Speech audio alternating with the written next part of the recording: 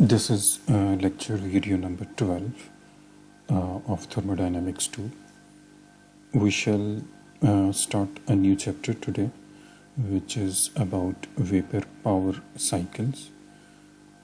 Previously, in the last two chapters, we were discussing about two specific components, not the cycle, and those were nozzles and steam turbines.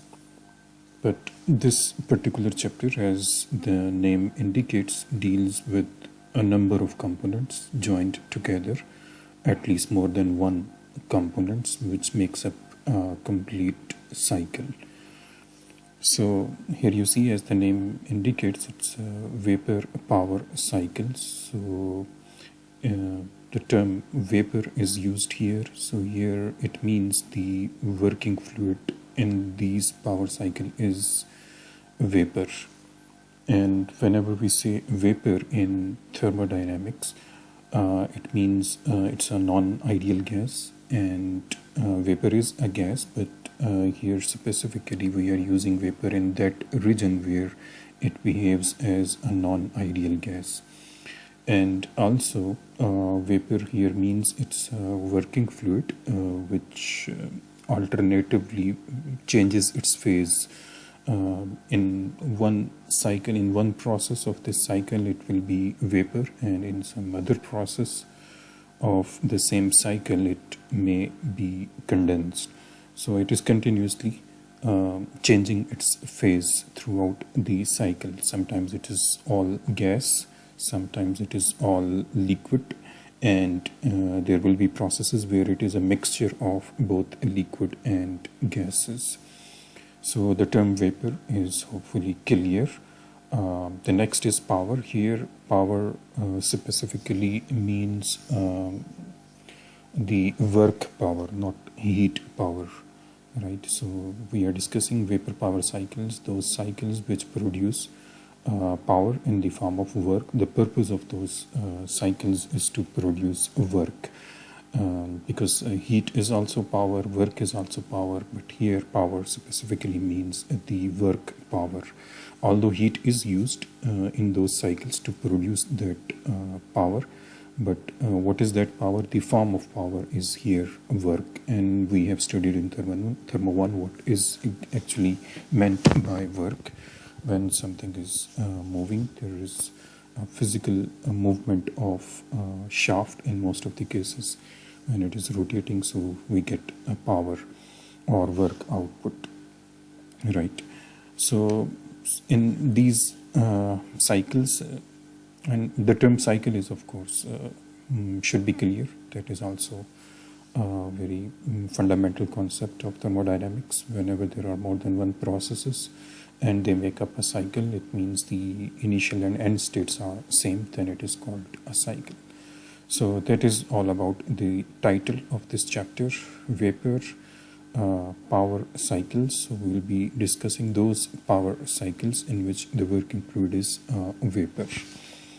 All right, and the vapor could be any substance, because any substance could be in vapor form, but steam is actually the most commonly used working fluid which is used in these vapor power cycles, because it has many desirable properties, such as it is low cost and easily available, and also steam has very high enthalpy of vaporization, which is represented by HFG. Right, so therefore this chapter is mostly deals with the steam power plants, right, in which the working fluid is vapor, and vapor more specifically steam. So steam power plants may be referred to as coal power plants, or it could be a nuclear power plant, or it could be a natural gas power plant. It all depends the type of working fluid, the type of the fuel which is used to produce that steam. So on the basis of that, that could be a coal power plant, it could be a nuclear power plant, or natural gas power plant, depending upon the fuel which is used to produce that steam from water, right? So let's start. But whatever is the type of power plant, whether it's a coal based or nuclear based or natural gas based, the steam cycle is almost is the same. It is only the type of fuel which is burnt inside boiler that could be different, right? Okay. So we shall start this chapter again by introducing this Carnot cycle concept. If you remember, in chapter 6 of Thermo 1, we have already studied that most efficient power cycle is the Carnot cycle for any given temperatures of source and sink. So between any given two source and sink temperatures, the most efficient cycle is Carnot cycle. And Carnot cycle is independent of the type of working fluid. That is also we have learned in chapter 6 of Thermo 1. So whether it's a gas cycle or vapor cycle, Carnot cycle is independent of any type of working fluid. It is only dependent upon the source temperature and sink temperature. So now here we shall specifically discuss this Carnot cycle for vapor as a working substance.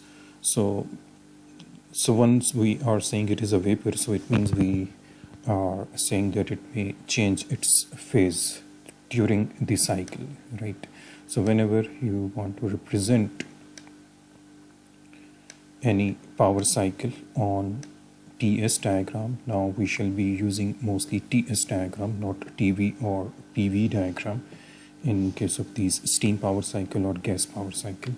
So on TS diagram, and vapor is a working substance, so it means we have to show the dome, because when vapor is the working substance, then it may change its phase.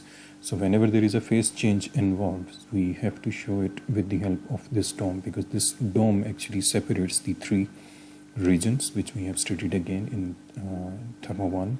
Liquid, here liquid plus vapor mixture inside the dome, and this is all vapor. And as you go away from this saturated vapor line in this region, your fluid, working fluid, starts to behave like an ideal gas, right? So this is ideal gas region, right? But in case of vapor power cycle, most of the processes are near the dome or inside the dome, so it means this whole region in which the vapor power cycle is normally operating, that is not an ideal gas region, that is a non-ideal gas region. So we shall not be using any ideal gas equation in this chapter, because we are in the non-ideal region. But in the next chapter which will be about gas power cycles, so there the working fluid would be an ideal gas. It means it will be, this gas will be in this region, and all those processes will be in this particular region, far away from the dome of that particular gas. So there we may use the ideal gas equations, right? So now we want to show the Carnot power cycle, Carnot vapor cycle in this case, for this region, right? So we have studied that in Thermo 1, we studied the Carnot power cycle or Carnot heat engine cycle for ideal gas, by assuming it is an ideal gas region. And in ideal gas region, it means there is no chance of vaporization or condensation, and the working fluid was an ideal gas. So on TS diagram, these are pressure lines, right? That's how the pressure lines look like in gaseous region. So these are all pressure lines in gaseous region, but here inside the dome those become horizontal and then tilted in the gaseous region. So we showed this Carnot cycle in Thermo 1 for gaseous region. It means these were pressure lines in gaseous region. For example, this was 1, to 2, 2 to 3, 3 to 4. So if you remember, 1 to 2 was I, because entropy is constant. This axis is still the entropy. S1 is equal to S2 means isentropic compression, because pressure is increasing, temperature is increasing. So there is compression process and temperature is increased, volume is dropped. So that was isentropic compression. 2 to 3 was isothermal, because here you see temperature is constant. So, and there is increase in entropy. It means there is a heat transfer. So this was isothermal heat transfer. Then 3 to 4 was isentropic expansion, and 4 to 1 was isothermal heat rejection, because during this process 4 to 1 temperature is constant but entropy is dropping. So decrease in entropy means there is heat rejected from the fluid. Right, now the same cycle which was shown in the gaseous region, we want to show it here in this vapor region. The same rectangular or square shape of this cycle has to be shown here inside the dome. So how we can show it? That is how the same process, the same four processes are shown inside the dome. That is the one possibility to show those four processes, in which two are isentropic and the other two are isothermal processes, and all of them are fully reversible. Right, so those can be shown for vapor inside the dome like this one. Now this process 1 to 2 is phase change process, because it's a vapor, it's not a gas cycle. Here this was just a heat addition process. Here it is also heat addition, but at the same time there is vapor generated from liquid. This point is all liquid, this point is all vapor. Right, we cannot show this point to here till here, because if we show this point to here, so what will happen? Now the next process is isentropic. Okay, if we show this process, if we extend this point to till here, so this portion is in superheated region. So in superheated region, if you supply heat to this steam, in the superheated region temperature cannot remain constant. It should be somewhere here. If we extend this point to further in the superheated region, then temperature must increase, because temperature remains constant only during phase change. So it means this isothermal process cannot be achieved if this point 2 is extended here in the gaseous region. That's why we have to limit here. For a Carnot cycle, heat addition process should be an isothermal one. So that's why point 2, this is the maximum boundary of this point 2. We cannot show point 2 here in the superheated region. This is not possible. This process is not possible, that steam is heated and its temperature remains constant inside the superheated region. Right, so that's why this point 2 should be ended here, right, to keep the isothermal process, which is one of the major assumption of a Carnot cycle. Right, okay, so here the same process 1 to 2, it is isothermal heat addition inside a boiler, but you have to make sure that it remains isothermal. Right, so that's why point 1 to 2, it is all in dome. You cannot have this point 2 here or point 1 here, because as you leave the dome, temperature cannot remain constant. So that's why point 1 to 2 will be shown like this for a vapor Carnot cycle. Then next process is 2 to 3. It should be an expansion process inside the turbine. An ideal expansion process would be isentropic. So that's why here it is shown 2 to 3 isentropic expansion in a turbine. Then 3 to 4 is isothermal. Again, another isothermal. Now you are inside the dome. Your working fluid is inside the dome. So the isothermal is possible. So 3 to 4 represents isothermal heat rejection in a condenser. Here heat is rejected but isothermally. That is for a Carnot cycle. The heat rejection and heat addition processes should be isothermal. Then next is 4 to 1 isentropic, again isentropic but compression. So this is a Carnot cycle for a vapor. But now this vapor Carnot cycle will give the maximum possible efficiency, just like gas Carnot cycle, right, in which all the processes were in gaseous region.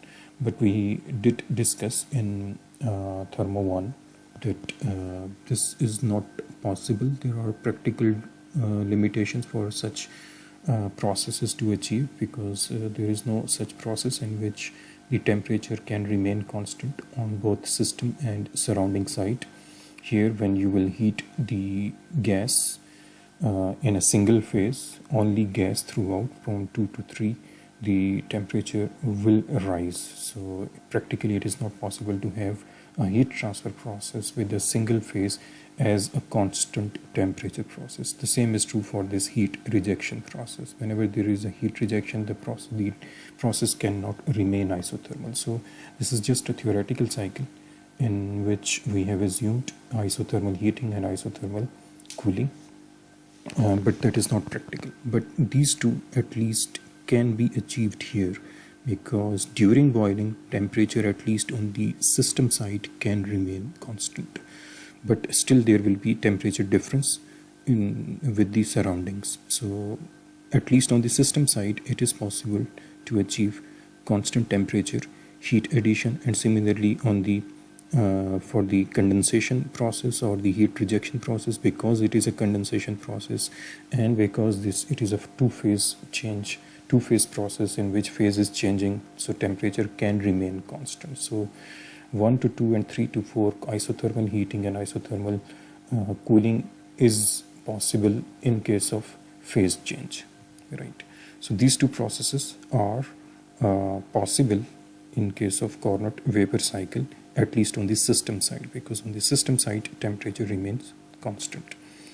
So the Carnot cycle, this type of Carnot cycle, is the most efficient cycle, operating between two specified temperatures. This is TH, or source temperature, and the other is TL, or sink temperature. But it is not a suitable model for power cycles. Now, why it is not suitable? This Carnot vapor power cycle, I have already discussed about gas power cycle, why it is not a practical cycle. Now let's see why this vapor Carnot cycle, why it is not practical also. Now, because there are certain reasons. So let's just see this process 1 to 2. For a Carnot cycle, process 1 to 2 should be a constant temperature process. So it means this, for the case of steam, this process should be below this value, and because above this value there will be no constant temperature boiling process. So that gives an upper limit to the temperature at which heat can be supplied. So that is written here, process 1 to 2, limiting the heat transfer process to two-phase system severely limits the maximum temperature that can be used in this cycle. For the case of water, this maximum temperature is 374 degrees Celsius. So it means process 1 to 2 should be below this temperature, 374. Only then you can achieve isothermal heat transfer process, which means at constant temperature. So we cannot go above 374, because above 374 the process cannot remain isothermal. So that's why the maximum temperature at which heat can be supplied, it is limited, right, because of this critical point temperature of that particular substance, and that substance which we are dealing in this chapter is water or steam. Similarly, process 2 to 3. Now you see here process 2 to 3 occurs in a turbine, right, and here this process 2 to 3 is entirely inside the dome, right. So it means the turbine which you will use here will be, if I show a turbine here, this process 2 to 3 will be an expansion of steam inside a turbine, which will generate this power output, So process 2 to 3, the turbine cannot handle steam with a high moisture content. Here you see process 2 to 3 is entirely inside a mixture region. It means throughout from this point 2 to 3 it is dealing or it is handling two-phase fluid. Or let me erase this portion.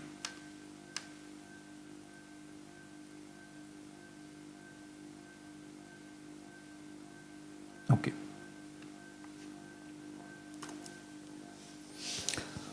So now the turbine cannot handle steam with high moisture content because it is now the moisture content is continuously increasing from point 2 to point 3. Point 2, at point 2 the moisture content or the dryness fraction was 1, but now at point 3 it is less than 1.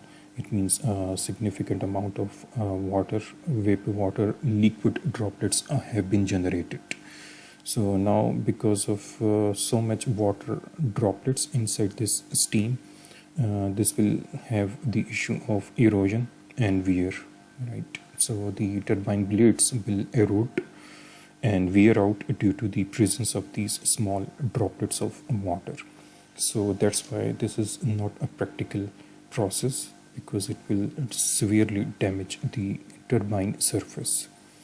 Similarly, process 4 to 1, here you see process 4 to 1 is also in the mixture region, and this process 4 to 1 is pressure increase, right? And this pressure can be increased in the compressor or a pump, and pumps are designed for liquids to handle throughout. It should be liquid, and compressors are designed for gases. But here process 4 to 1 is neither pure liquid nor pure gas. It is again a mixer, and there is no such compressor which can handle two phases or two-phase fluid. So right, so this will also damage the process and the compressor. So this process 4 to 1, so now there are issues because it is not easy to control the condensation process precisely so that it ends up here at point 4. 3 to 4 was condensation process, and there it is very difficult to achieve exactly this point 4 so that you can have this process 4 to 1, and point 1 finishes here at the saturated liquid point. So, and secondly, there is no compressor or pump which can deal this two-phase fluid. Again, there will be issues of just this one, erosion and wear. So either it should be all liquid or it should be all gas to compress this fluid. So these are the practical limitations of this cycle. If you want to operate the vapor cycle as a Carnot cycle, so this is the only possibility. But now we have seen there are practical difficulties. This process 2 to 3 will be in mixture region throughout, process 4 to 1 will be in the mixture region throughout, and that will have practical consequences, right? So any other possibility is like this one. If we operate the process like this one, the same Carnot cycle, but now it is shifted here, because here we have discussed this 4 to 1 should be in either liquid or only gaseous region. So here you can see 4 to 1 is in liquid region, and this process 2 to 3 is entirely in the gaseous region. So this is another possibility to use the same Carnot vapor cycle, so that you can maintain the same square or rectangular shape of your Carnot cycle.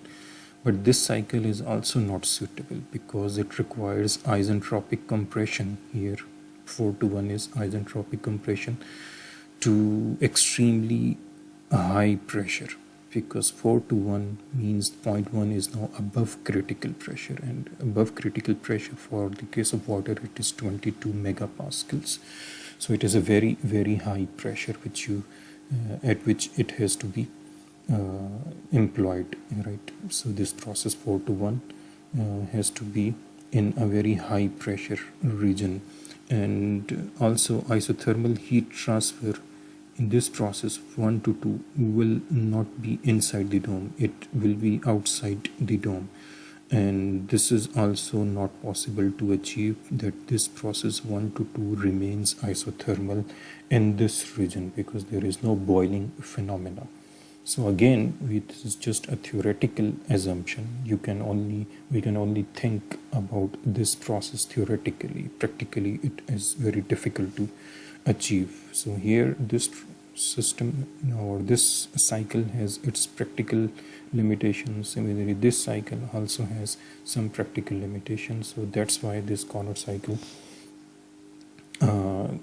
for vapor power cycle is also just a theoretical cycle, which is very difficult to attain in practice. So these four processes that is mentioned here, this cycle, this one is not suitable since it requires isentropic compression. This process 4 to 1 to extremely high pressures above critical. This point 1 is above critical, and also this isothermal process heat transfer at variable pressures, because from 1 to 2, because these are the pressure lines, right, on TS diagram, but here pressure lines are moving like this one.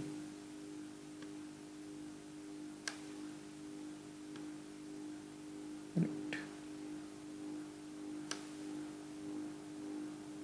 So from 1 to 2 you can see here pressure is continuously changing from P1 to P2. It's not a constant pressure process, but inside the dome from 1 to 2 pressure was constant. That's why temperature was constant inside the dome. But here from 1 to 2 you can see all the pressure lines are passing through various points between 1 and 2, so the constant pressure process is not possible. And because pressure is not constant, that's why isothermal temperature cannot be attained practically. Right. So now, due to these limitations of Carnot vapor power cycle, there we have to make certain changes in this cycle so that it becomes more near to a practical cycle. Right. So that practical cycle is known as Rankine cycle. So it is a steam power cycle which is more near to a practical cycle. So we will make certain changes in this Carnot cycle so that it becomes a more practical cycle, and that practical steam power cycle is known as Rankine cycle. So now we shall discuss the ideal cycle for vapor power cycle. Still ideal because still we will be assuming that there are isentropic processes, which is an ideal case, but the difference with the Carnot power cycle would be that it will be more near to practical one, right? But still ideal because we will still be neglecting the effects of various irreversibilities like friction, etc. So here you see practical power cycle. So here you see process 1 to 2, the pressure increase inside a pump. So when it is a pump, so it means throughout it will be a liquid from 1 to 2. Then 2 to 3, the heat addition process, it is taking place inside a boiler. Then 3 to 4 process inside a turbine, and then 4 to 1 process inside a condenser or a heat rejection device, right? So many of the impracticalities which were associated with the Carnot cycle we have just seen in the last slide, they can be eliminated if we superheat the steam in the boiler and condense it completely in the condenser. In the last cycle we have seen that this point 2 was not in the superheated region. Similarly, this 3 to 4 was a partial condensation process because this condensation was not ending till here. It does not convert completely into liquid, but in a practical cycle or in a Rankine cycle, this process 1 to 2 will further proceed into a superheated region, and similarly this condensation process will continue until all of the vapor totally converts into liquid. Right.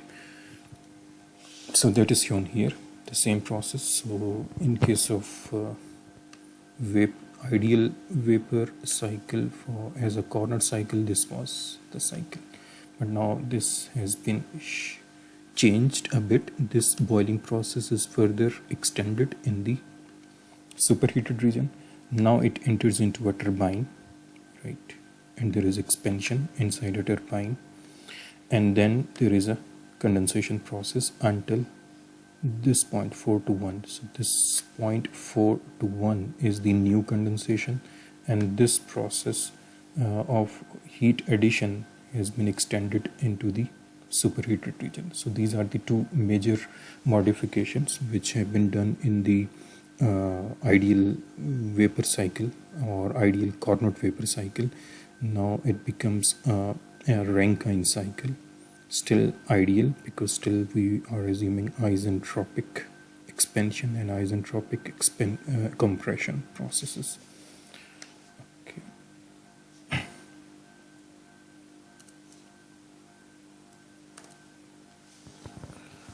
So now let's see one by one each of those processes. So the cycle that results is the Rankine cycle, which is the ideal cycle for vapor power plants, and more near to a practical cycle compared to a Carnot cycle.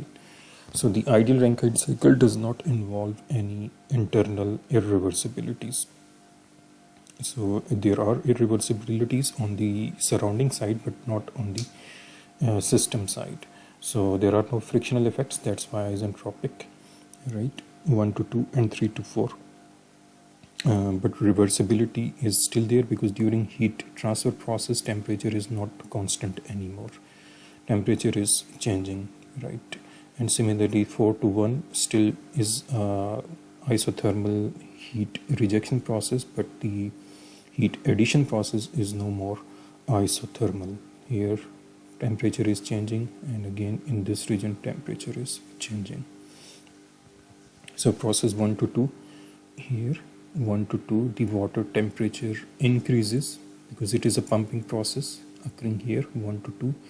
So during this process your working fluid is completely liquid, so water temperature increases but very slightly during this isentropic compression process due to very slight decrease in the specific volume of the water. Water is incompressible, so therefore the change in specific volume is also negligible. Therefore during this process, due to increase in pressure, the change in temperature is also very small. The vertical distance which you see between 1 and 2 on this TS diagram is exaggerated just for clarity. Actually these 2 points are very close to each other. These 2 pressure lines are very close to each other because it's a liquid region, and here pressure lines are very close to each other. Again refer to chapter 3 of Thermo 1 where we have discussed these concepts. Right, so 1 to 2 is process is isentropic compression, but inside a pump where it is all liquid from 1 to 2. Then process 2 to 3 is isobaric 2 till 3 throughout. It's a constant pressure line on TS diagram, so that's why it is called isobaric heat addition inside a boiler. Process 2 to 3 by burning any fuel, which could be nuclear reactor, it could be a coal, or it could be a gas. So the boiler here is basically a large heat exchanger where the heat which is originated by the combustion of any gases or nuclear reactor or any other source is transferred to this water, and it is this process 2 to 3 is essentially a constant pressure process. So the boiler together with the section where the steam is superheated, so in this process there is sensible heat addition, then there is latent heat addition, and another portion which is again a sensible heat addition. So this whole process 2 to 3 where you have sensible heat addition in the liquid region, then mixture region, and in the gaseous region. So this whole portion is occurring inside a boiler, and this portion is known as the superheater, right, or the steam generator, right, or the whole of this process, or the component which is responsible to produce this steam, is also known as steam generator or boiler. Next, the process 3 to 4 is isentropic expansion, because this is the process which is occurring inside a turbine. Now the picture of this turbine must be clear. From inlet till exit, you can see it's a multi-stage turbine shown here. For large power plants, it is a multi-stage turbine, and you can see from inlet till exit the height of the blades are increasing. Now you know why height increases from inlet to exit. We have already studied in the previous chapter. So this device, why it shaped like this conical shape, must be clear to you, because we have learned about it in previous chapter. So what is happening? The superheated vapor at state 3 enters inside a turbine, where it expands isentropically and produces work by the rotation of this shaft connected to an electric generator. The pressure and also the temperature, here you can see pressure and the temperature of steam drops during this process to the values at state 4, where steam enters into a condenser, right? The next process is the condensation process 4 to 1, and here during this process again the pressure remains constant.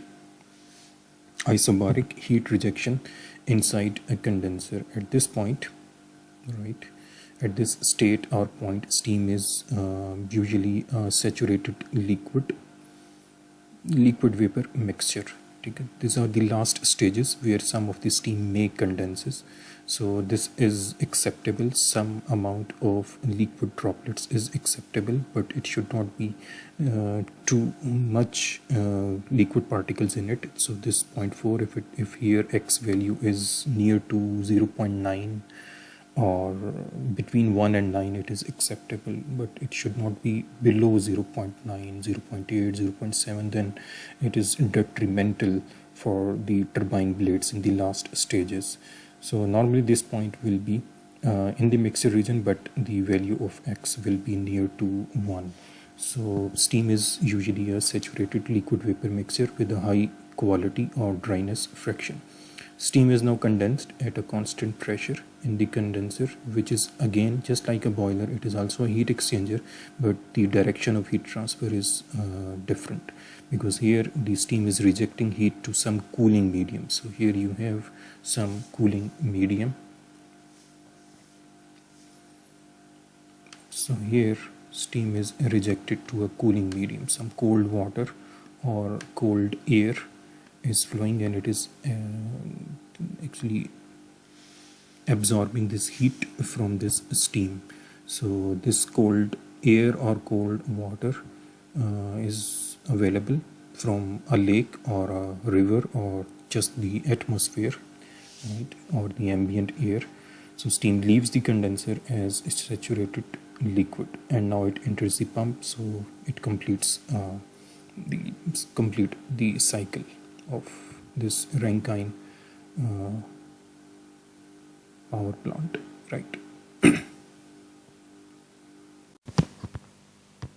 So let me repeat again before proceeding further, that how the Carnot vapor cycle is changed to Rankine cycle. So let me draw again the Carnot cycle.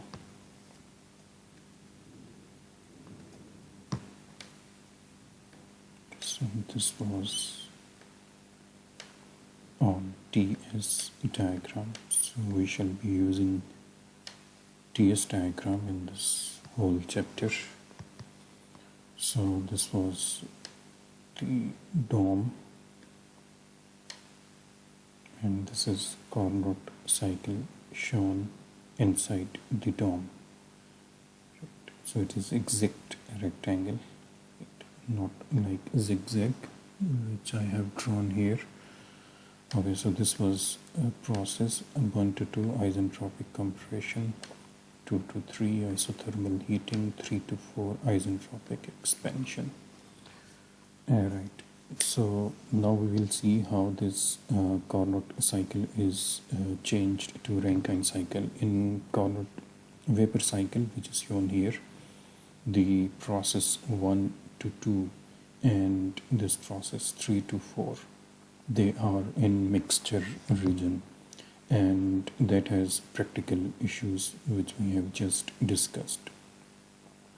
So now if both of these processes 1 to 2 and 3 to 4, if they are shifted into single phase region, for example this process 3 to 4 shifts here in this single phase region, which is gaseous region, and similarly if this process 1 to 2 is shifted here in this single phase region, which is liquid region.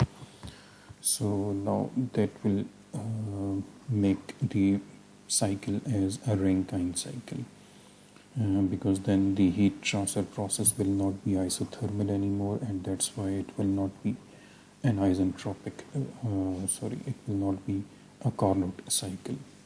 Right, on the same cycle you see here pressure lines. On this is pressure line on TS diagram passing through this process 1 to 4. This is P1 is equal to P4. Similarly another pressure line which is passing through this point 2 till 3, and then this is P2 which is equal to P3. So now we shift this process 1 to 2 and 3 to 4 in the single phase region. So let me try it again. The same two pressure lines, P2, this one upper pressure or higher pressure, and lower pressure is P1.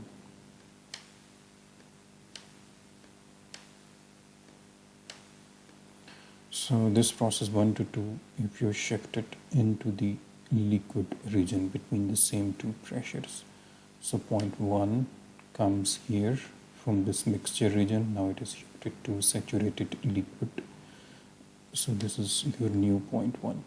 Now from this point 1 to point 2, again isentropic compression, but in the liquid region.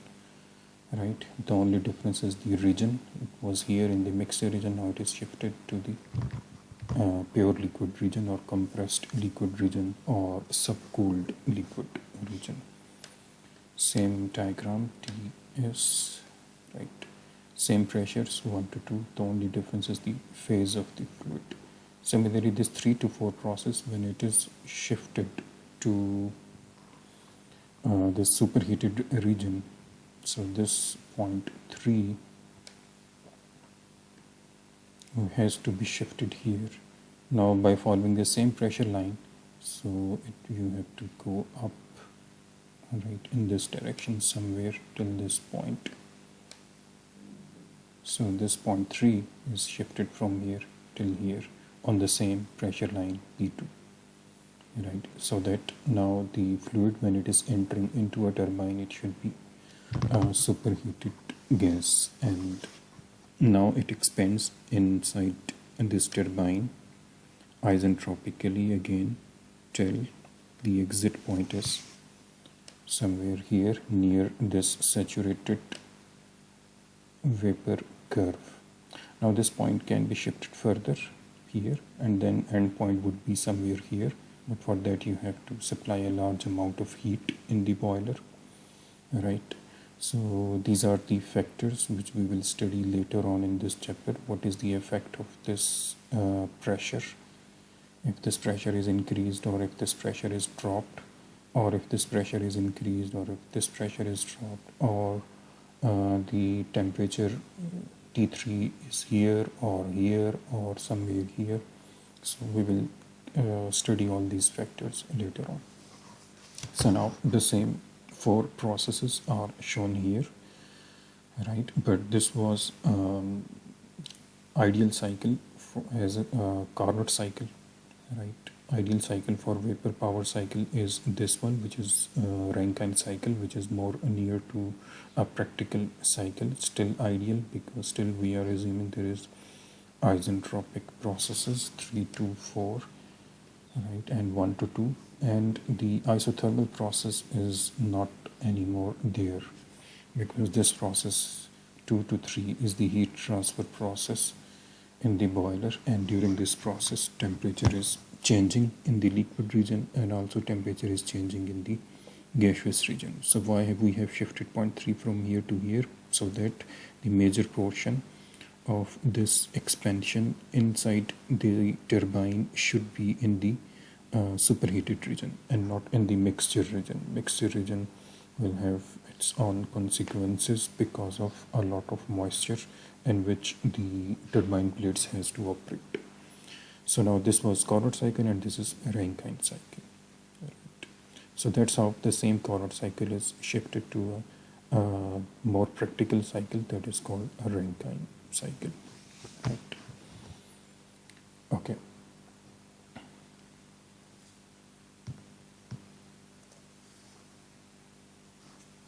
So this is the Rankine cycle. Right.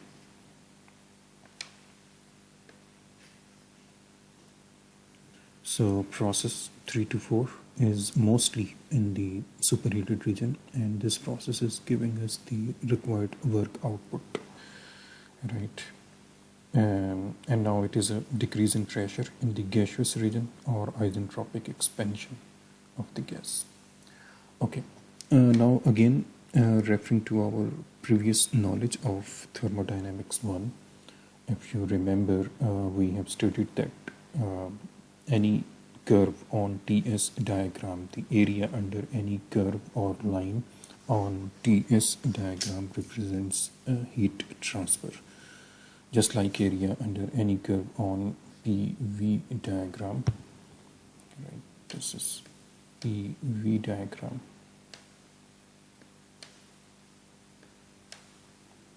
Any curve on this diagram, area under this curve is this one. So area of this curve is actually integral. For example, this is initial point, this is final point, 1, 2, 2. So this area under curve is actually PdV, integral product of PdV, and that represents work done during any compression or expansion process. Right, so because PdV, if you multiply pressure with volume, the units are energy units, joules, right? Similarly, the area under any curve on TS diagram means T versus or T into ds during any process. For example, here the process 2 to 3. So temperature into entropy is by definition is heat transfer. Q. So it means area under any curve on TS diagram represents heat transfer either into the system or out of the system. Like here process 2 to 3 represents boiling process, and during this process heat is transferred to the system from the surroundings. And this whole area on this diagram, temperature versus entropy diagram, this whole area under this 2 to 3 curve, this whole area represents heat transfer on this diagram. Similarly, process 4 to 1 is also heat transfer, but now the direction of heat transfer is out of the system into the surroundings. So the area under 4 to 1 process, this area represents the heat transfer out of the system. And we see the area under curve 1 to 2 is just a line or just a point, right? Similarly, area under 3 to 4 is nil or 0. And during these processes there is no heat transfer because we have assumed isentropic. There will be some heat generation due to friction, but which we have neglected. That's why it is shown as isentropic 1 to 2 and also 3 to 4. So it means there is no heat transfer, but there are work transfer. So if we show this process 1 to 2 and 3 to 4 on PV diagram, so there will be some area under these curves 1 to 2 and 3 to 4 because there is work done, right? So on PV diagram 1 and 2 and 3 and 4 processes will show some area, right? But on TS diagram represents only heat transfer, so that's why area under these curves are 0, right? So it means this process 2 to 3 represents heat transfer into the system, and process 4 to 1 represents heat transfer out of the system, and the subtraction of these two terms, Q in minus Q out, area under this 2 to 3 minus area this one. Now what is the area which is left is this area enclosed by this 1 to 2, 2 to 3 and 3 to 4 and 4 to 1. This whole area is Q out minus Q in, right? Sorry, Q in minus Q out. Q in is bigger, right? A larger amount of heat is transferred to the system and a part of it is rejected, and the rest is actually converted into work done, right? So if we apply first law of thermodynamics on this whole system, this whole system is enclosed by a boundary, right? And energies are crossing this boundary. So if we write the energy balance for this whole system, so then energy entering must be equal to energy leaving. What is energy entering is Q in plus work of pump in is equal to energy leaving is W of turbine out plus Q of condenser out, right?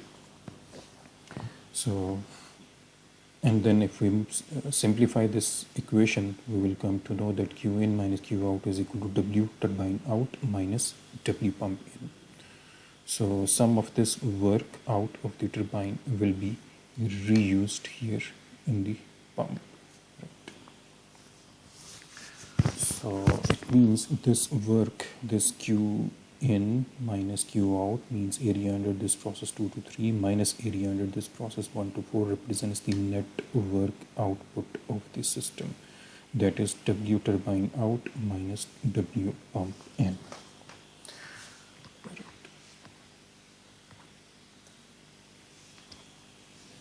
So we have discussed all of it, and now it is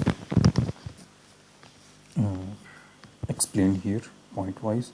Area under the process curve on TS diagram. Any process curve on TS diagram represents heat transfer for internally reversible processes, because if the process is at least internally reversible, only then we can show it with a solid line. So if you have a solid line or a solid curve, only then you can find out its area under this curve, right? That's why it is an internally reversible process. For irreversible processes, we cannot trace the exact path. Then we have to rely on experimental data, or we have to approximate its path. Area under the process 2 to 3, I told you it is the heat transfer which is into the boiler. Similarly, area under curve 4 to 1 represents heat rejected in the condenser, right? So difference of these two areas, Q in minus Q out, represents the net work produced during this cycle. So it means this area 1, 2, 3, 4 to 1, this enclosed area is the useful net work output of this whole cycle or system, right? And we would like to increase this area as much as possible, this 1, 2, 3, 4 to 1 area, because it represents the useful output, which is in the form of work. So now we will do energy analysis of this ideal Rankine cycle. Here energy analysis means on the basis of first law of thermodynamics. First law of thermodynamics, which deals with the quantities of energies which needs to be balanced in any process or cycle.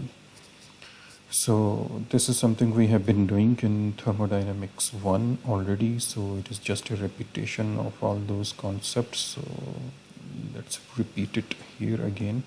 So in this system, boiler and condenser, they do not involve any work. It is only dealing with heat energies or heat transfer into the system or out of the system, while pump and turbines are assumed to be isentropic because those are work transfer devices. Those are not heat transfer devices. So whenever there is only work transfer, no heat transfer, entropy generated will be zero. And also we are assuming ideal processes. It means no energy is generated or lost in the form of friction or any other dissipative effects in these two components. So here we can use the assumption of isentropic, which is shown here on TS diagram also. So now if we want to do the energy analysis, so there is some fluid flowing in the whole system continuously, right? So for example, that fluid which is flowing in the system is 1 kilogram of mass. So for 1 kilogram of mass, now if we apply steady flow energy equation or the first law of thermodynamics equation, or simply we can say it is the energy balance to all the individual components. What are those? Boiler, turbine, condenser and pump. And one of the basic assumptions which is used here in the application of the steady flow energy equation to all of these devices is that kinetic and potential energy changes across these system components is negligible, right? So by neglecting kinetic and potential energy changes across every component from inlet till exit, and only accounting for heat and work transfer and also the enthalpy, the energy of the fluid in the form of internal energy plus pressure energy, that is not negligible because internal and pressure energies are changing in every process. For example, process 2 to 3, although pressure energy is not changing, pressure is constant, but internal energy significantly changes. Here the both internal energy and pressure energy both are changing because it's a steam turbine, so its pressure drops, temperature also drops, just like and in the condenser again the major change is in the form of internal energy because there is a temperature drop, but pressure remains constant. Here in case of a pump, it's only the pressure energy which changes from 1 to 2. The internal energy is the change in internal energy is negligibly small. Okay, so now if we apply the steady flow energy equation to the boiler, only boiler from inlet till exit between it means from point 2 to point 3, it is an open system because fluid is entering and fluid is leaving. So now our system is only a boiler, right? So if this is our system and this is Q which is crossing, this is point 2, mass is entering, this is at point 3, mass is leaving the boiler. So now if we apply steady flow energy equation only to this system boundary, and by neglecting kinetic and potential energy changes, there is no work transfer. At the end, it reduces to this form. Right? Qn is equal to H3 enthalpy at the exit minus enthalpy at the inlet. Enthalpy at the exit will be higher than the enthalpy at the inlet. So this is we have already discussed in thermo 1 also. Okay. Next is and yes, this is clear, there is no work done, work is zero, so that's why the energy equation reduces to this form. Next, for turbines, if we consider turbines as a control volume or open system, so then we are drawing our system boundary only across this turbine. So steam is entering at point 3, steam is leaving at point 4. It is entering with certain energy which is enthalpy H3, right? Similarly, it is leaving this turbine with another energy H4. Kinetic energy at point 3 and kinetic energy at point 4, those are negligible. The difference in kinetic energy from 3 to 4 and similarly the difference in potential energy from 3 to 4 are negligibly small, and there is work output WT, W turbine out. So now the energy equation reduces to this simple form: W turbine out is equal to simply H3 minus H4. And there is no heat transfer. That's why it is assumed isentropic. No heat transfer, no frictional effects. So that's why on TS diagram it is a vertical line. Next component is a condenser, and the next control volume or open system fluid is entering at point 4. Okay, here we are neglecting the energy losses in these connected pipings. Actually, there will be some loss of energy, and from this point till this point its enthalpy will drop, but it will be very insignificant. Normally these connecting pipes are fully insulated, so by neglecting those losses, so it means when it is entering into the condenser, its energy level is exactly same as it was when it was leaving the turbine. So that's why here at the inlet of condenser, its condition is still 4, means its energy content is still H4. Now it loses energy to another fluid. There is another cooling fluid, right, flowing through this heat exchanger, and energy is lost, and that energy we are saying it is Q. See, Q of condenser. Now you should remember what was the meaning of capital Q and small q. When we write capital Q, it means we are writing for the whole mass. When we write small q, it means it is for a unit mass or for 1 kilogram of fluid. So here we are writing equations for a unit mass, because mass total m dot which is flowing in all of these components is same, m dot. So if you multiply all of any of these equations with m dot, it becomes total Q or total W. So for a condenser, the equation is H4 minus H1. Now enthalpy drops from H4 to H1. This is point 1 where it leaves the condenser. Because heat is extracted, so its enthalpy will reduce to a smaller value, H1. And during this process, 4 to 1, it changes its phase from superheated or mixture fluid to saturated liquid. It may be subcooled.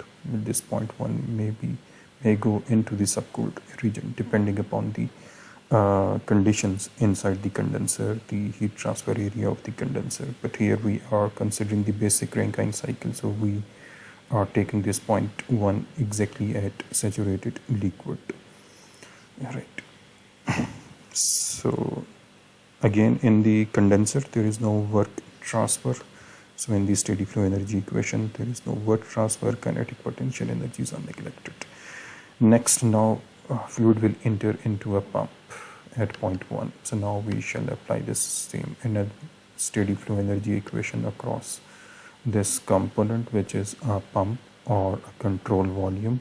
Another control volume inlet condition is 0.1, means H1 enthalpy at 0.1, and now its enthalpy will increase to another value H2, right, during this process, and work is supplied to this system so that its pressure is raised again from 1 to 2, because this pressure has to be increased till the boiler pressure, and there must be some difference between boiler and condenser pressure. Only then we can get this work output. If there is pressure difference is low between 3 and 4, then there will be no work output. So there must be some pressure difference. So that's why from 1 to 2 we have to increase the pressure of this fluid back to the boiler pressure. This whole process 2 to 3 is occurring inside a boiler. Okay, so now if we apply the energy equation for pump, so it will be similar to turbine. So this will come out to be the work of pump, which is supplied to this fluid. That's why W pump in, because energy is going into the system, is equal to H2 minus H1. This enthalpy will be greater than this enthalpy at the inlet, so that's why H2 minus H1. Okay, so here one important thing to remember: we know how to calculate the enthalpies at various points: 0.1, 0.2, 0.3, 0.4, depending upon where this point lies. For example, this 0.3 is in superheated region, so we have to see the superheated table to find out its enthalpy. Similarly, 0.4 may be in superheated region, or it may be in the mixture region, so we have to use that particular table or equation to find out its enthalpy. Similarly, 0.1 and 0.2. The difference between 0.1 and 0.2 is very small because pressure lines are very close to each other in the liquid region. Because the liquid has a very small specific volume, the work of this pump depends upon V into P. As we know, the work done by any thermodynamic device is given by PdV work, and here the change in V is insignificant, right? But so it is only because of the pressure. Because it is incompressible fluid, the change in specific volume from 0.1 to 0.2 is very small or negligible. It is mainly the pressure change P2 minus P1. This will dictate the amount of work which has to be supplied in to this pump.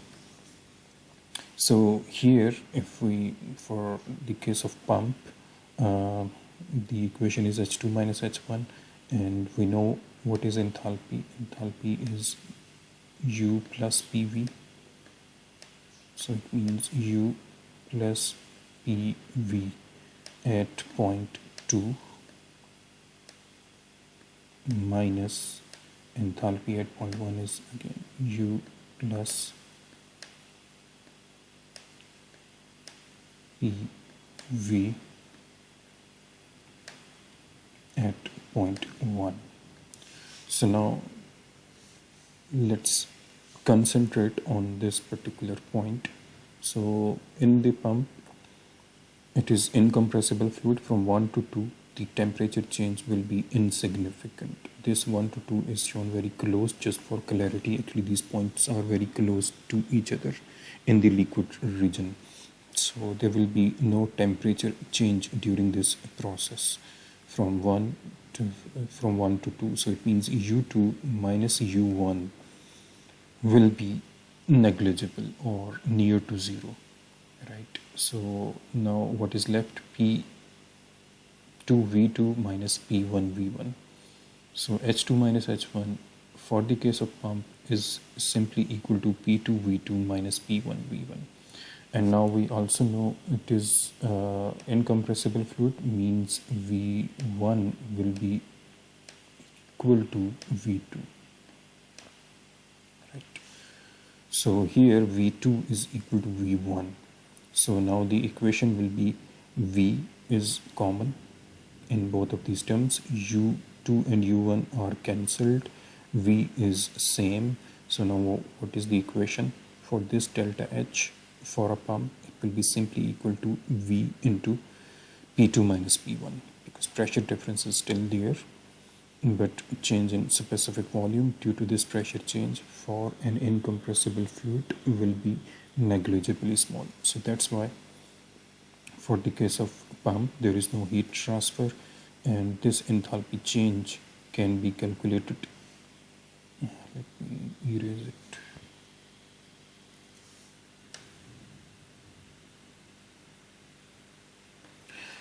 So work of pump can be written in terms of only change in pressure into volume.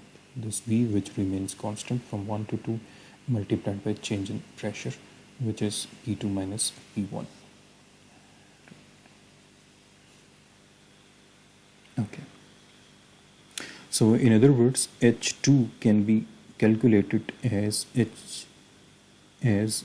V into P2 minus P1 plus H1. So we can calculate H2 as H2 will be equal to V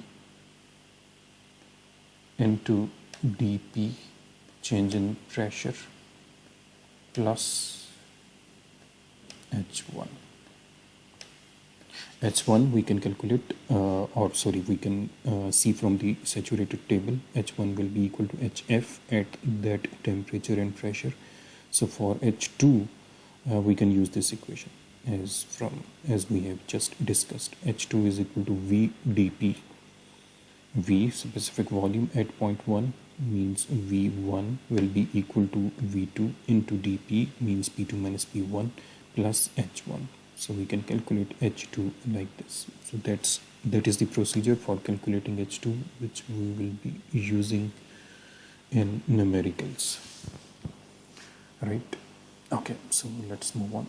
So now we have written equations for every single component of this Rankine cycle. Now we can define its efficiency. So that is also we have already learned in Thermo 1 efficiency, thermal efficiency or theoretical efficiency of any heat engine is generally given as W net over Qn, and W net is equal to Q in minus Q out. W net means this whole area 1, 2, 3, 4, 1 represents W net, and that is equal to Q in minus Q out. Right. So Q in minus Q out divided by Q in, it results in 1 minus Q out over Q in, which you already know. Right. So W net is equal to Q in minus Q out, or W turbine out minus W of pump in. Right. So thermal efficiency here can be interpreted as a ratio of area enclosed by the cycle. On a TS diagram, what is the area enclosed is this area 1 to 2, 2 to 3, 3 to 4, 4 to 1. So this area enclosed on TS diagram, the ratio of this area divided by the area under this process 2 to 3, which was the heat transfer process, this whole area.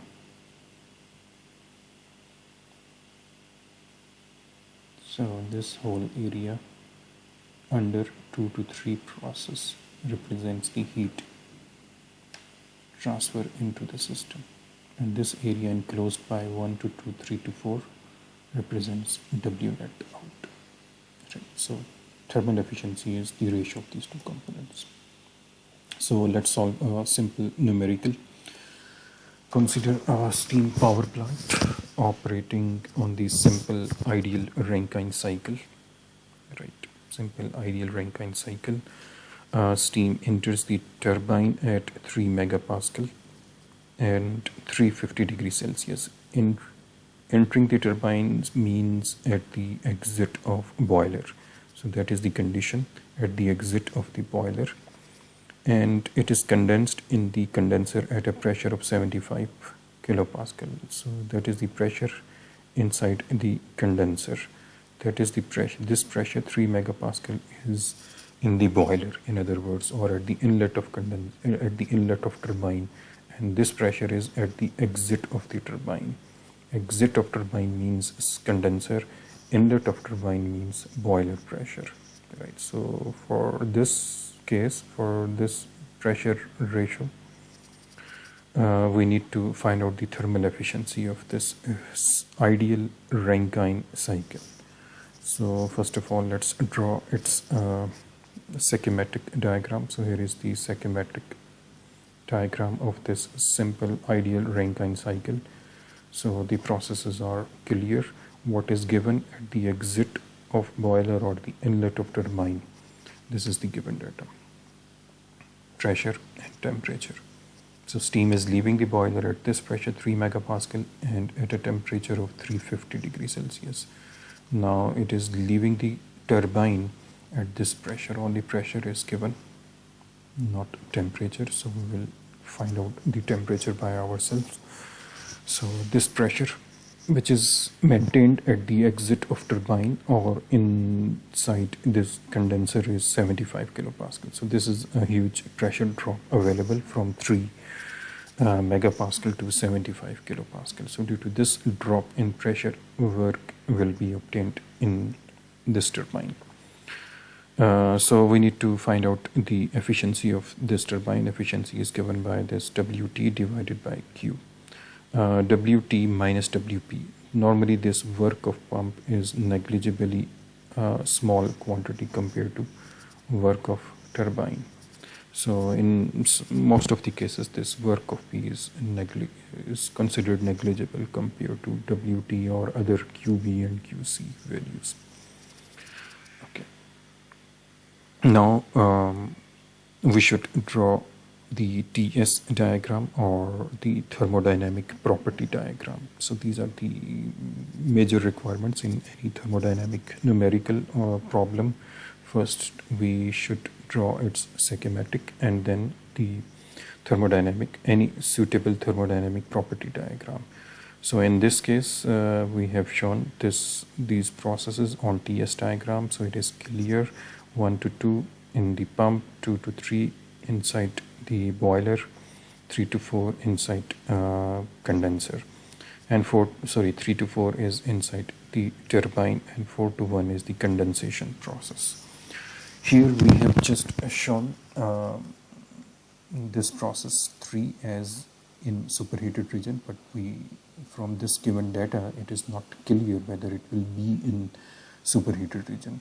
So we have just shown it, but maybe if this point comes out to be in mixture region or in the saturated region, so then you may have to correct this figure, right? So we have just shown it generally because normally in most practical thermal power plants, this point 3 will be in superheated region. So now we need to find out the efficiency. Equation of efficiency is simply 1 minus Q out over Q in, or W net over Q in. So here W net is not given, but we can find out Q out and Q in with the help of enthalpy changes. So what is Q out? Q out is this QC, right? And what is this QC? The energy change from this process 4 to 1. We have just discussed this will be H4, higher enthalpy, minus lower enthalpy H1. Q out or QC will be H4 minus H1. If you write in capital letters, then it will be M dot into H4 minus H1. For small letters, it will be simply H4 minus H1. And what is Qn? Qn is this QB, so it will be H3 minus H2, higher enthalpy at the exit of boiler minus lower enthalpy at the inlet of boiler. So it will be H3 minus H2 is equal to Qn or QB. So for capital QB, it will be M dot into H3 minus H2. So we can write, so M dot will be same, so there is no need to write M dot, and also M dot is not given here. And so we have written this equation only in terms of enthalpy. So this is Q out, this is Q in. So it means we can find out the thermal efficiency if we calculate enthalpies at all points H from 1, 2, 3 to 4. So we need to find out all these enthalpies 1, 2, 3 and 4. So point 1 will be HF because it is saturated liquid. So here we are assuming that all the steam is converted into liquid, and it is just saturated liquid and not subcooled liquid. If it is subcooled liquid, we need to have some other data given. So there is no data or information given whether it is subcooled or not. So that's why we will assume that it is saturated liquid at the exit of condensation. So that's why H1 will be equal to HF at this pressure, because pressure is given 75 kilopascal. Corresponding to this pressure, we can also find out the temperature at point 1. That will be saturated temperature corresponding to this pressure 75 kilopascals. So H1 is equal to HF at 75 kilopascal, which we can determine from steam tables, saturated steam tables, right? So for example, here is the saturated water pressure table. Pressure is 75 kilopascals, and corresponding to this 75 kilopascal, here is HF 384.44. 384.44. Next is to find out H2, and for H2 we have just studied in the previous slide that we can find out H2 from H1, because H1 plus this change in VP or PDV will be will give you H2 or enthalpy at point 2. During this pumping process there is a small change in enthalpy, mainly due to change in pressure and not due to change in temperature. This temperature change will be very small. Okay, so it means we also would require V1, which will be equal to V2. So from the same table we can find out V1 at 75 kilopascal. V1 will be equal to Vf, because saturated liquid units are also mentioned, meter cubes per kilogram, right? So V1 is equal to Vf at 75 kilopascal is equal to 0.001037 meter cubes per kilogram, and that is what we need to calculate H2.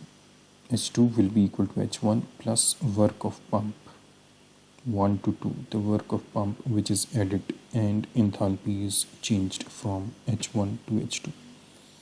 So work of pump is, we have just discussed, that will be simply V1 into change in pressure, P2 minus P1.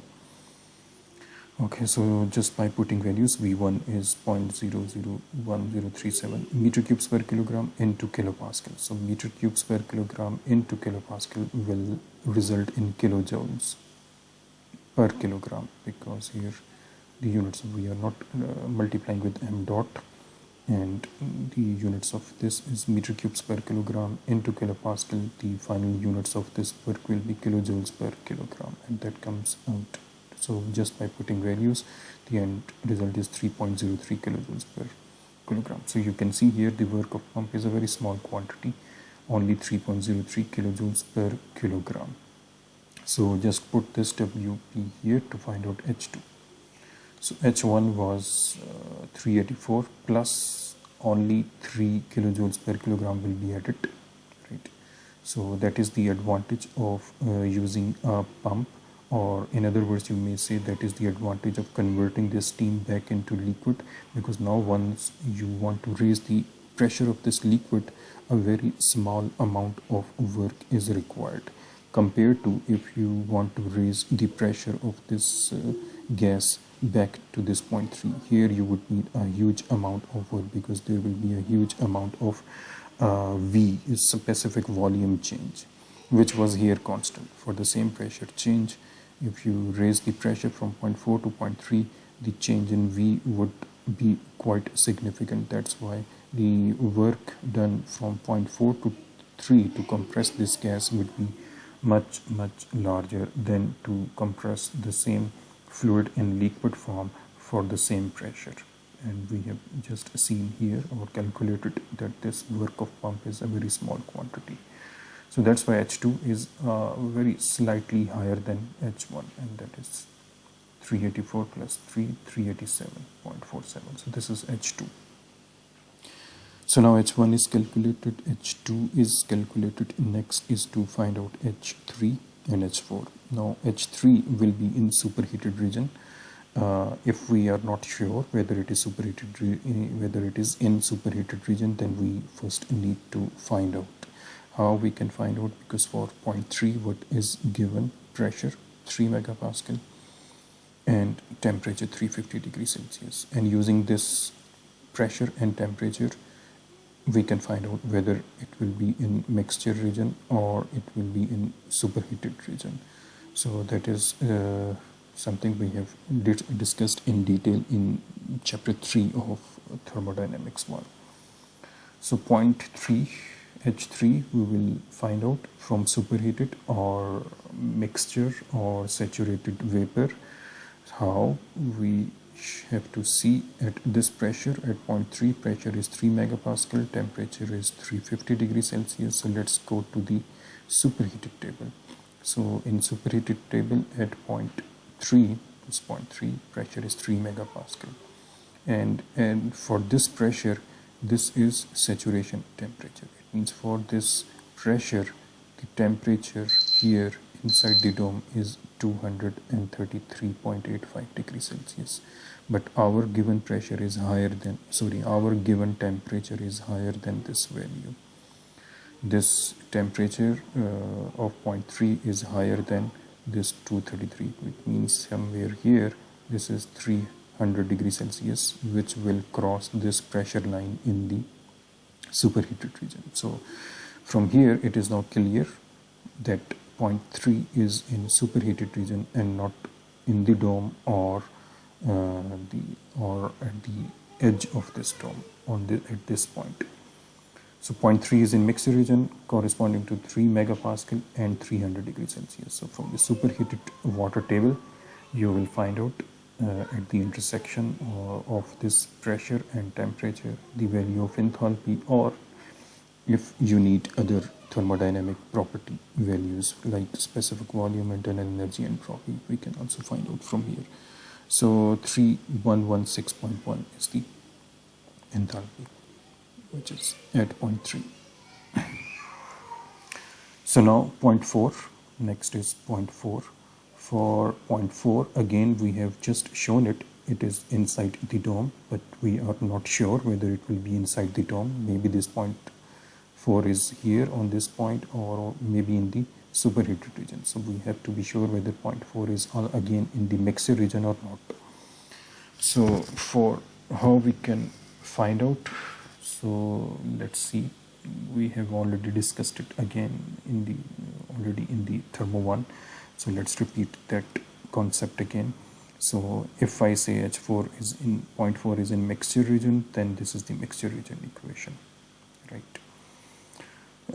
Let's first confirm whether it is in mixture region or not. For point 4, S3 is equal to S4 because isentropic.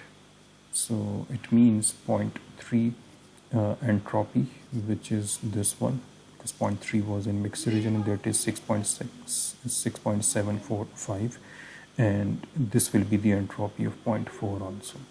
Now you need to compare the entropy of point 4, which is equal to point 3, with Sg at 75 kilopascal, for example. So here is the data, saturated data for 75 kilopascal, and here Sg is 7.4558, and S4 is equal to S3, and that is 6.74. So it means S4 is less than Sg at 75 kilopascal. So because S4 is less than Sg at 75 kilopascal, that's why this point 4 will be in mixture region. So that's how you will determine whether it is mixed. And if this value of S4 would have been equal to this value Sg at 75 kilopascal, then this point would have been here at this point, because we have not drawn these lines on scale. These are just a rough sketch, right? So then this point 3 should have been shown here and ending here if point 4 would have been here, right? And if this S4, which is equal to S3, would be greater than Sg at 75 kilopascal, then this point 4 will be in superheated region. So now we have seen that point 4 entropy is less than entropy at point Sg corresponding to 75 kilopascal. So that's why it is in mixed region. So we have to use the mixed region equation to find out S4. So it means we need to find out H4 is equal to H4f plus X4, H4fg, H4f and H4fg at 75 kilopascals. We can determine here from this saturated table, because it is in mixed region or saturated region. So H4f is this one, and H4fg is this value, right? which has to be used here. Now, how to determine X4? We can determine X4 with the help of entropy. S3 is equal to S4. So now we write the equation of entropy for the mixture region at point 4. S3, which we found from this data, 3 megapascal and 350 degrees Celsius, 3 megapascal and 3, that is 6.74, it is equal to S4, but point 4 is in mixture region. Point 3 is in superheated region, point 4 is in mixture region, but the entropies of both of these 2 points are same. So for point 4, which is in mixture region, this is the equation. So point 4 entropy is known, which is equal to point 3 entropy. Now from this equation, S4 is known, S4F and S4FG at 75 kilopascals are here. This is S4 and this is S4FG. Right. Now only unknown in this equation is X4. Right. So just put values. S3 is equal to S4 is equal to S4F plus X4 unknown and S4FG. Right. So from here we can find out X4, which is 0.8861. You may use HS chart also to find out this entropy, all these enthalpies from 1, 2, 3 and 4, enthalpies or entropies or quality or dryness fraction, etc. All these values can be found out from HS chart also, but normally HS chart is not available for liquid region. That is mainly the values are given for mixture region and superheated region. So that's why we are using this tables. These tables are of course available for steam, and the answers will be correct by using tables, not with the help of HS diagram because of the reading error. So now X4 is known. Now use X4 here to find out enthalpy. Right. So this is one confusion which should be eliminated. Point 3 and point 4 entropies are same, but enthalpies are not same. Enthalpy is dropped during this process. Okay, enthalpy differs, but entropy remains same. And when you are calculating quality or dryness fraction at point 4, you have to use the data of 75 kilopascal here in this equation, right? Because point 4 is at 75 kilopascal, right? So this data will be from point 4, and this data S4 itself will come from S3, which is calculated at this point, or point 3 data. Okay, so H4, all the enthalpies are calculated. H1, H2, H3, H4, all enthalpies are calculated. Now here is the equation A of efficiency. So just put the values of enthalpies and we will determine the efficiency of this Rankine, ideal Rankine cycle, and that comes out to be 26%. So only 26% of this available heat in the boiler is converted into useful work in this process 3 to 4. The rest is wasted here. This portion area under this process 4 to 1 is the heat which is wasted into the condenser or into the ambient, or depending upon whatever the type of cooling fluid we are using to absorb this heat of condensation. So the rest of this heat energy of the boiler is actually wasted here in this process in the condenser. So we have already discussed in detail in Thermo 1 why there is so much loss in the condenser, although it is an ideal cycle, frictionless cycle, but there is a need to reject a significant amount of heat because the sinks, normally sinks which are available to us, they are at a temperature higher than 0 Kelvin, much higher than 0 Kelvin. That's why a significant amount of heat is rejected. And this pressure is not zero pressure. This pressure is again is significantly higher than the 0 Kelvin pressure. So to increase the efficiency from this figure, it is very clear. If you increase this 0.3, if this 0.3 is shifted here, right, so it means this area will increase, 1 2 3 4 will increase, but at the cost of more Q, right? Or you need to decrease this pressure. 0.4 is shifted here. If we can decrease this pressure further, so then this will increase this area of network output, right? So this is something which we will discuss in coming lectures. Okay.